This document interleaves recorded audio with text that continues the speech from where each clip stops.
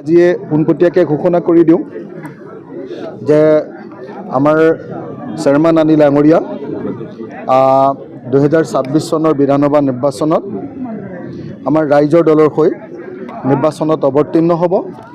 আমাৰ দলৰ মঞ্চত এই সম্পৰ্কে বিবেচনা কৰি ইতিমধ্যে সিদ্ধান্ত লোৱা হৈছে আৰু চেয়াৰমেন আলি ডাঙৰীয়াক আমি আদৰণি জনাবলৈ সিদ্ধান্ত লৈছোঁ।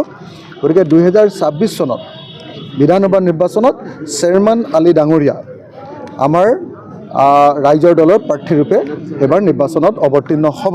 চেয়াৰমেন দাই অকণমান খংটো কমাব লাগিব, খালি অকল খংটো কমাই দিলেই মই আপোনালোকক কথা দিছোঁ। আপোনালোকে চাব, অসমৰ ৰাজনীতিৰ সংখ্যালঘুসকলৰ আটাইতকৈ ডাঙৰ ৰাজনীতিক ৰূপে এই অসমৰ ৰাজনৈতিক ইতিহাসত তেখেতে নাম লিখি থ'ব। অসমৰ ৰাজনৈতিক ইতিহাসৰ আটাইতকৈ ডাঙৰ সংখ্যালঘুৰ ৰাজনীতিক ৰূপে চেয়াৰমেন আলি ডাঙৰীয়াই অসমৰ ৰাজনৈতিক ইতিহাসত নাম লিখি যাব।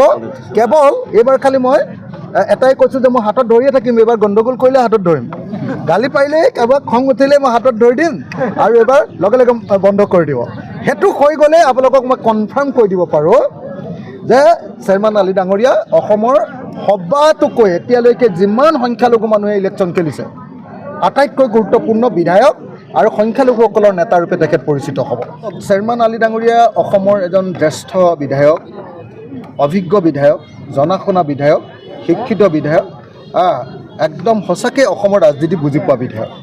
গতিকে ডেফিনেটলি তেখেতৰ কাৰণে বিৰোধী ঐক্যমঞ্চই এখন আসন এৰি দিয়াটো নিশ্চিত বুলি মই ভাবোঁ।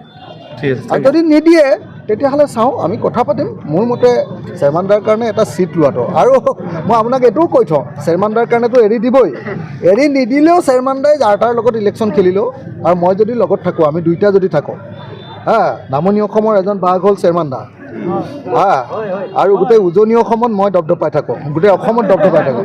এই দুটা লগ লাগিলে আৰু ক'ত চেয়াৰমেন দা জিকাৰ কাৰণে কিবা অসুবিধা আছে নেকি? গতিকে টেনশ্যন ফ্ৰী থাকক আপোনালোকে।